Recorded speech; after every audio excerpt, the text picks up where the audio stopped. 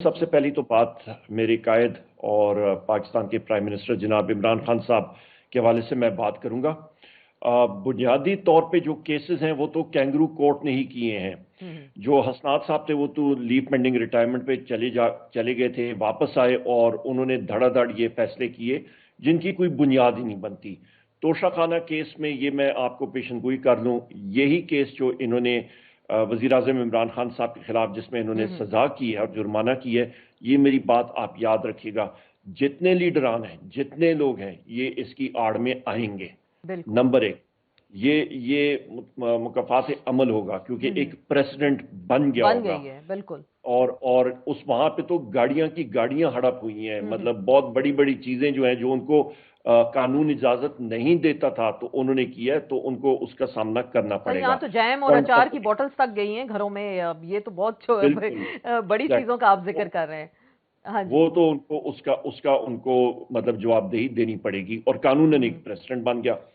ابھی آپ آگے آ جاتے ہیں، مطلب عدت کیس، اس کا کوئی مطلب تک نہیں بنتی۔ آپ دوسرے کیسز لے لیں، سائفر کیس، اس کی تک نہیں بنتی۔ پہلے کہا جاتا ہے کہ وہ کاغذ کا ٹکڑا ہے، تو پھر اس میں یا کاغذ کا ٹکڑا ہے تو پھر اس میں سزا کیوں دیتے ہیں؟ اور عمران خان صاحب نے کیا بات کی ہے، مطلب انہوں نے کہا ہے کہ جی ہمارے ملک کو ایک خطرہ لاحق ہے، اور انہوں نے وہ کیا۔ تو اس طرح تو پھر بھٹو صاحب نے بھی اپنی سپیچ میں 1977 میں کہا تھا کہ جی نکسن نے مجھے دھمکی، راجہ بازار کے اندر جو لیٹر لہرایا تھا انہوں نے اس وقت، وہ لیٹر لہرایا تھا، تو پھر وہ اس کا کیا کریں گے؟ تو یہ وہ چیزیں ہیں جو آپ کہتے ہیں نا کہ یہ کسی ہائر کورٹ میں یہ چیز ہوگی نہیں، سٹینڈ اپ نہیں کرے گی، ختم ہو جائے گی، اور یہ 8 تاریخ تک ہے انشاءاللہ۔ نمبر ایک، عمران خان صاحب میرے قائد جو ہے وہ ایک بہادر شخص ہے، انہوں نے بہادری سے ہر موقع پہ مقابلہ کیا ہے اور انشاءاللہ کرتے رہیں گے۔ نمبر ایک۔ نمبر دو، جو آپ نے بات کی ہے جو پی ٹی آئی کے لوگوں پہ یا انٹرا پارٹی پہ، انٹرا پارٹی الیکشن جو اس وقت کے حالات بنے ہوئے ہیں، ہمارے لوگوں کو وہ آپریٹ نہیں کرنے دے رہے۔ ہمارا جو جنرل کونسل کی بھی میٹنگ تھی، وہاں پہ بھی پولیس نے آ کے جگہ بند کر دی، تو اس کے لیے اس کو پوسٹ پون کیا جا رہا ہے، پر اس کو دیکھ رہے ہیں ہم لوگ۔ اس وقت بھی نامینیشن پیپرز لیے جا رہے ہیں، وہ ٹائم لیمٹ کے اندر لیے جائیں گے، اور اس کے بعد انشاءاللہ ہم لوگ دیکھیں گے کہ کیا کرنا ہے۔ لیکن یہ الیکشن سے پہلے آپ کروائیں گے؟ کیونکہ ابھی جو نوٹیفیکیشن ہمارے سامنے آیا اس میں کہا گیا کہ کینڈیڈیٹس بزی ہیں اپنی الیکشن کیمپین کے اندر، اور ہم الیکشن کے بعد جلد سے جلد اس کو آپ دیکھیں گے۔ تو پھر جب الیکشن کے بعد آپ کر دیں، کیونکہ 3 دن کے اندر آزاد امیدواران نے فیصلہ کر رہے ہیں کہ کسی پارٹی کے ساتھ جانا ہے یا اپنی آزاد حیثیت کو برقرار رکھنا ہے، تو اس پہ آپ کیا کہیں گے؟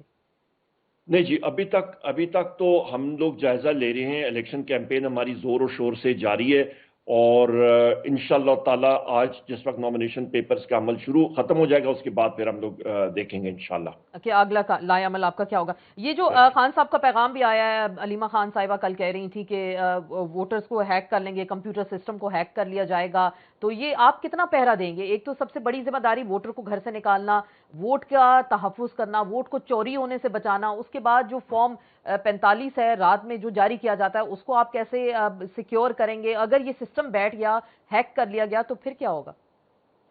ہیک کرنے سے پہلے جی ہمارے لوگوں کو اریسٹ کیا جا رہا ہے۔ ابھی تھوڑی دیر پہلے میرے کزن بھی ہیں، بڑے بھائی بھی ہیں، یوسف ایوب خان صاحب، وہ جلسے میں تھے، ان کو 3 MPO میں پشاور پولیس نے اریسٹ کر لیا۔